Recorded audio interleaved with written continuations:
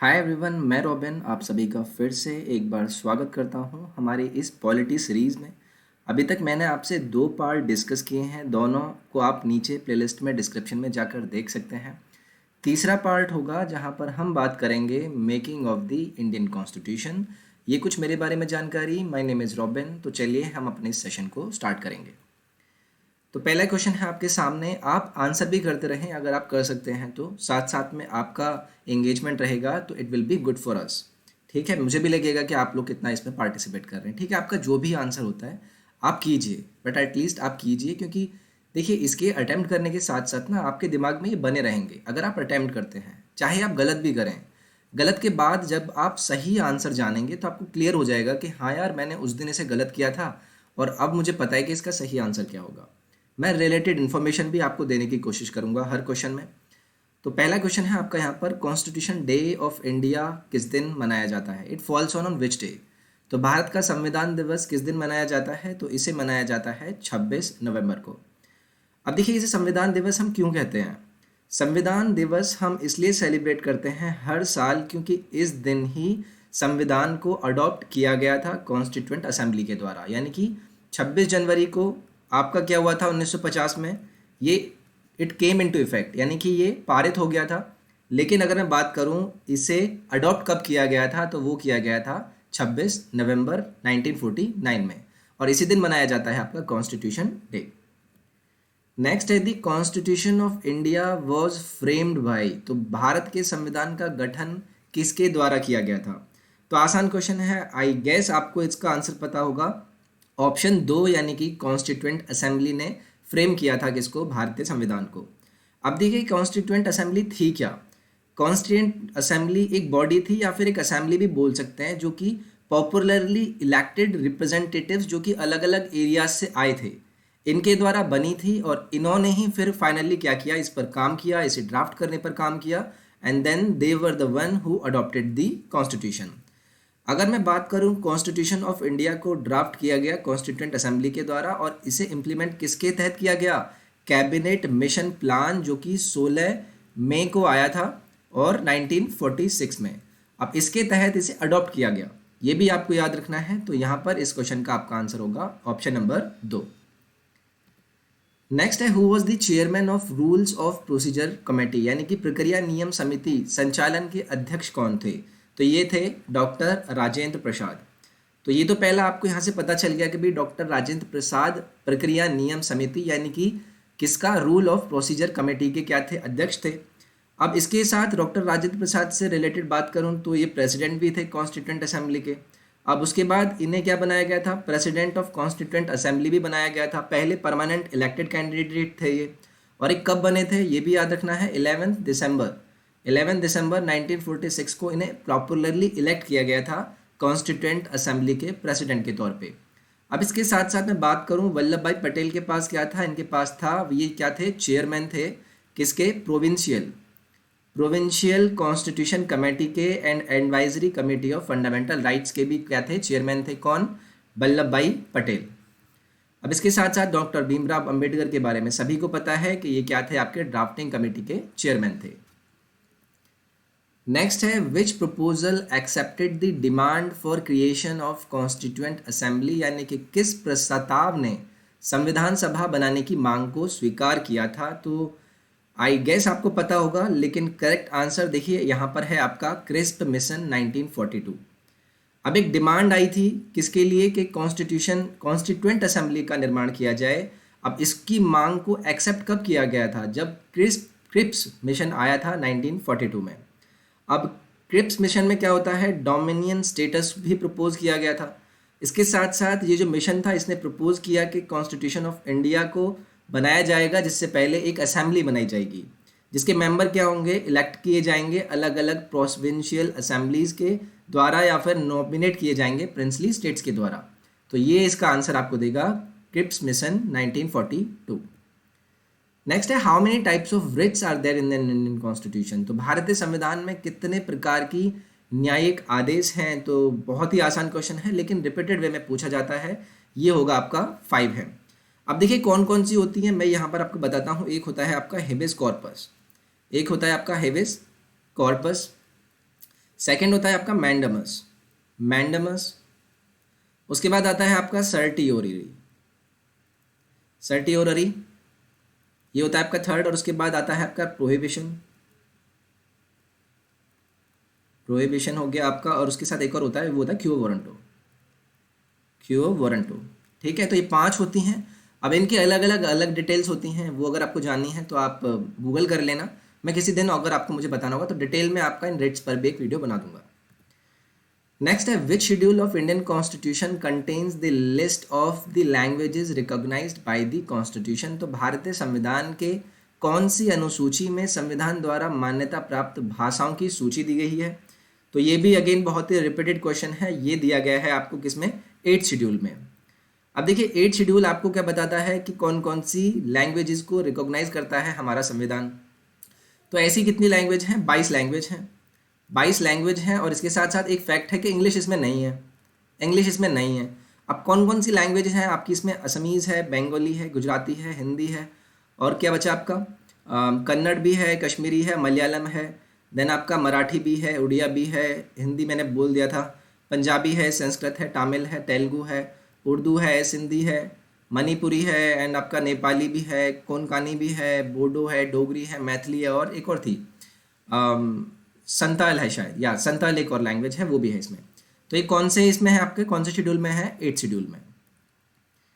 Next है आपका, how many schedule does the Indian constitution have. तो भारतीय संविधान में कितनी अनुसूचियां हैं। कितना आसान क्वेश्चन है, आंसर हो जाएगा 12।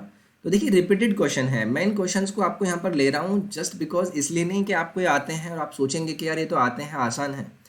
ये चीज़ें एक एरिया को डिफाइन करती हैं, जहाँ पर मैं बात करता हूँ आपके एक इंस्टीट्यूशन को, एक कॉन्स्टिट्यूशन को बनाने की, यानी मेकिंग ऑफ द कॉन्स्टिट्यूशन। अब इसी तरीके से पिछले पार्टों में भी मैंने आपसे कुछ क्वेश्चन डिस्कस किए थे, वो भी वहाँ के पार्टों पे डिस्कस थे। ऐसे ही 15-16 पार्ट होंगे।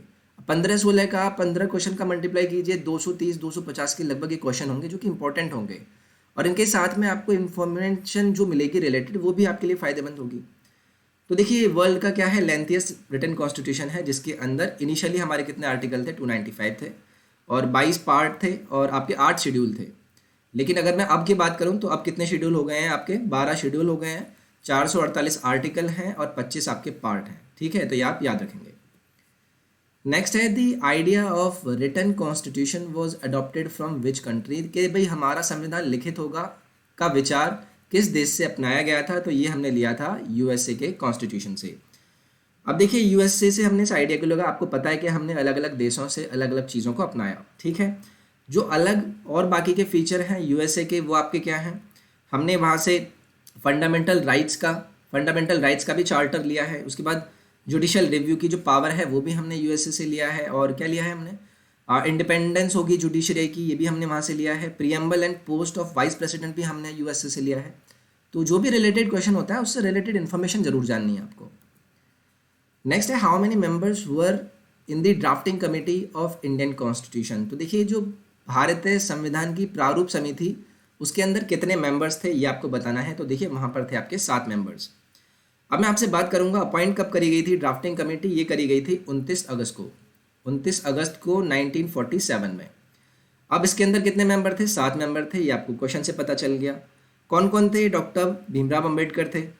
उसके बाद क्या थे आपके, अलादी कृष्णावती अय्यर थे, एन गोपाल स्वामी थे, के.एम. मुंशी थे। उसके बाद कौन थे आपके, मोहम्मद सादुल्ला भी थे, बी.एल. मित्रा भी थे, एंड डी.पी. कैतान भी थे। तो these were the 7 members of the drafting committee. और भीमराव अंबेडकर क्या थे आपके, चेयरमैन थे ड्राफ्टिंग कमेटी के। नेक्स्ट है, which act form the basis और blueprint of the Indian constitution. तो किस अधिनियम ने भारतीय संविधान का आधार या खाका यानी कि ब्लूप्रिंट बनाया था। तो ये था आपका गवर्नमेंट ऑफ इंडिया एक्ट 1935।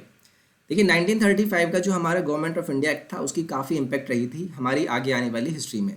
इसी बेसिस पर तैयार हुआ था, क्या एक बेसिस बनाया था, एक हमने आधार क्रिएट किया था। इसके आधार पे ये जो एक्ट था, it provided for the establishment of the reserve bank of India. इसी के थ्रू हमने बात करी थी आरबीआई को बनाने की। ठीक है, और to the control the currency. ठीक है, ताकि करेंसी वगैरह का जो भी इशू है वो कंट्रोल करेगा। It provided for the establishment of federal PCS, यानी कि पब्लिक सर्विस कमीशन को बनाने की भी इससे ही बात करी थी, या फिर जॉइंट पब्लिक सर्विस कमीशन को भी इससे ही बनाने की बात करी थी। तो काफ़ी सारी इंपॉर्टेंट चीज़ें आपकी यहाँ से निकलती हैं। तो देखिए जो बेसिक आपका ब्लूप्रिंट निकलता है वो कहाँ से निकलता है, गवर्नमेंट ऑफ इंडिया 1935 से। नेक्स्ट है who presented the objectives resolution in the constituent assembly. तो संविधान सभा में उद्देश्य प्रस्ताव किसने प्रस्तुत किया था, उद्देश्य प्रस्ताव तो ये लाए थे जवाहरलाल नेहरू। तो कौन सी डेट थी, डेट भी याद रखेंगे, ये थी आपकी 13 दिसंबर 1946। पंडित जवाहरलाल क्या करते हैं, प्रेजेंट करते हैं objective resolution in the constituent assembly. ये क्या था, एक हिस्टोरिकल रेजोल्यूशन था। क्यों, क्योंकि इसे अनाउंस किया गया था for the creation of an independent sovereign Republic India. इसी के आधार पर हमने बोला था कि भाई हम इस तरीके की अपनी एक कंट्री को निर्मित करेंगे।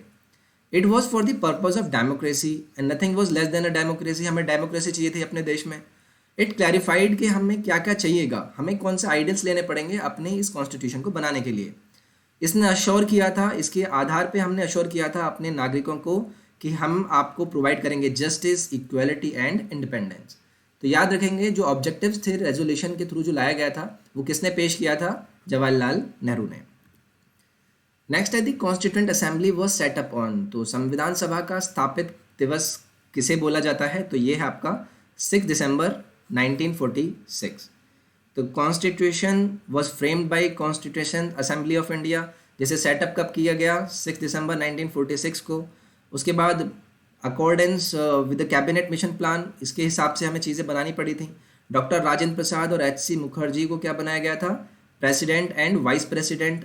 राजेंद्र प्रसाद और एच सी मुखर्जी ये प्रेसिडेंट हो गए थे और ये आपके वाइस प्रेसिडेंट हो गए थे। तो इसी आधार पर चीज़ें आगे बढ़ी थी। और बी एन राव की मैं बात करूँ, B N Roy, he was appointed as the constitutional advisor. He was appointed as the constitutional advisor. In which year election of the constituent assembly was held? तो संविधान सभा के चुनाव किस वर्ष में हुए थे, बहुत ही इंपॉर्टेंट क्वेश्चन है। आंसर हो जाएगा थर्ड ऑप्शन यानी कि 1946। तो देखिए जो प्रोसीजर था जहाँ पर कॉन्स्टिट्यूएंट असेंबली को क्रिएट करा जाएगा वो किसके थ्रू किया था, ये भी मैंने आपको बताया था। ये आया था आपका कैबिनेट मिशन के थ्रू, कैबिनेट मिशन के थ्रू 1946 में। अब देखिए इलेक्शन जो कॉन्स्टिट्यूएंट असेंबली के हुए थे वो जुलाई में हुए थे 1946 में, ये याद रखेंगे। इसके साथ साथ जो रिप्रेजेंटेटिव्स थे वो डिटरमाइन किया गया उन्हें कौन से बेसिस पर कि भाई उनके जो कॉन्स्टिट्यूएंट असेंबली एरियाज़ हैं वहाँ की पॉपुलेशन किस हिसाब से है। इलेक्शन हुए सिंगल वोट ट्रांजिटिंग सिस्टम के आधार पर। उसके बाद प्रोसेस डिटरमाइन किया गया कि भाई हम कंसिडर करेंगे कंट्रीज़ के प्रिंसिपल्स को। Muslims, Sikhs, general elections areas were created in the provinces. तो इस आधार पर ये चुनाव हुए थे और इसका आंसर हो जाएगा आपका 1946। Who boycotted the first meeting of the constituent assembly. तो संविधान सभा की पहली बैठक का बहिष्कार किसने किया था, तो ये थी मुस्लिम लीग। तो देखिए फर्स्ट सेशन जो कॉन्स्टिट्यूएंट असेंबली का हुआ था वो हुआ था 9 दिसंबर को, ठीक है, सभी को पता है 1946 में हुआ था। लेकिन जो मुस्लिम लीग थी उन्होंने बाइकआउट कर दिया था इसे और डिमांड किया था कि हमारी एक सेपरेट कॉन्स्टिट्यूएंट असेंबली आप बना के दीजिए। जो मुस्लिम लीग थी उन्होंने अपोज किया पहले सेशन को कॉन्स्टिट्यूएंट असेंबली को और डिमांड करी कि हमें चाहिए पाकिस्तान। नेक्स्ट है आपका how many parts are there in the Indian constitution. तो भारतीय संविधान में कितने भाग हैं, अभी आपको बताया था। तो there are 25 parts in our constitution. 448 आपके क्या हैं, आर्टिकल्स हैं। उसके साथ साथ 25 आपके पार्ट हैं, 12 आपके शेड्यूल हैं और क्या बता 5 आपके अप्रेंटिसेस हैं।